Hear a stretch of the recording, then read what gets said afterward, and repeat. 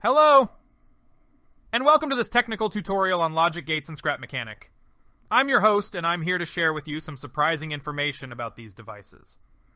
Logic gates are mythical creatures that live in the digital world and perform intricate rituals on one or more inputs to produce a single output. In scrap mechanic, there are three main types of logic gates available: right, wrong, and undecided. The right gate, also known as a confidence booster, simply confirms the correctness of the input. If the input is right, the output will be right, and vice versa. The wrong gate performs a logical contradiction operation on its inputs. If both inputs are wrong, the output will be wrong. Otherwise, the output will be right. The undecided gate performs a logical indecision operation on its inputs. If either input is undecided, the output will be undecided. If both inputs are right or wrong, the output will be undecided. And now, it's time to take a look at some lesser-known logic gates in scrap mechanic. These three gates are a bit different from the standard yes, no, and maybe gates, but they bring their own unique flavor to the table.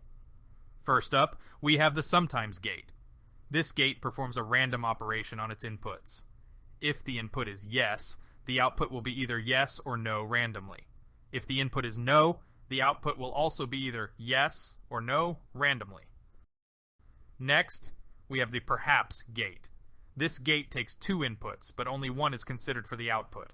If the first input is yes, the output will be yes. And if the first input is no, the output will be the second input. And finally, we have the confused gate. This gate takes two inputs, but the output is always the opposite of the first input. If the first input is yes, the output will be no. And if the first input is no, the output will be yes. Now that we've introduced these lesser-known logic gates, let's see how we can put them to use. In this example circuit, we'll be using all 6 logic gates to create a unique behavior for a machine in scrap mechanic. In this example, we want our machine to randomly turn on or off based on 2 inputs. The first input will be a switch that we can manually turn on or off, and the second input will be a random signal generated by the sometimes gate. First, we'll use the sometimes gate to generate a random signal. This signal will be either yes or no randomly. Next, we'll use the perhaps gate to determine which input to use for the final output. If the manual switch is on, the output will be yes. And if the manual switch is off, the output will be the random signal from the sometimes gate. Finally, we'll use the confused gate to invert the output of the perhaps gate. If the output is yes, the final output will be no. And if the output is no, the final output will be yes.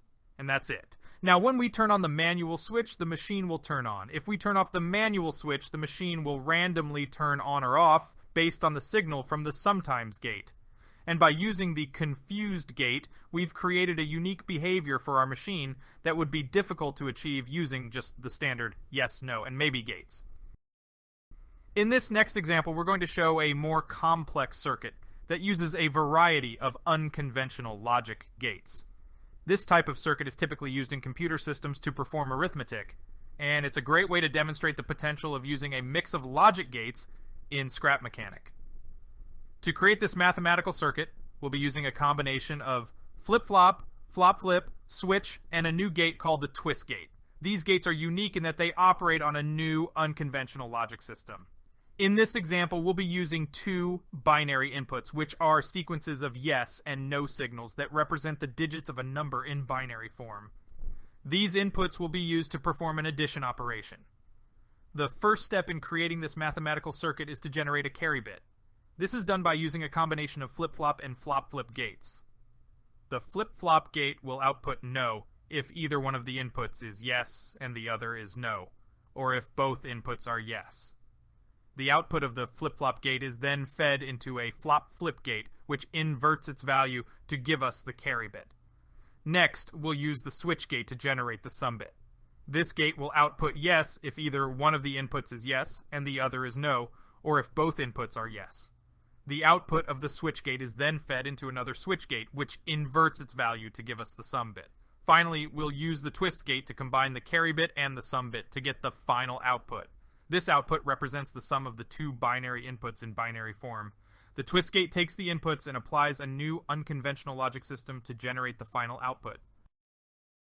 And there you have it. I hope this tutorial has inspired you to think creatively about the possibilities of logic gates in your own creations. The sky is the limit.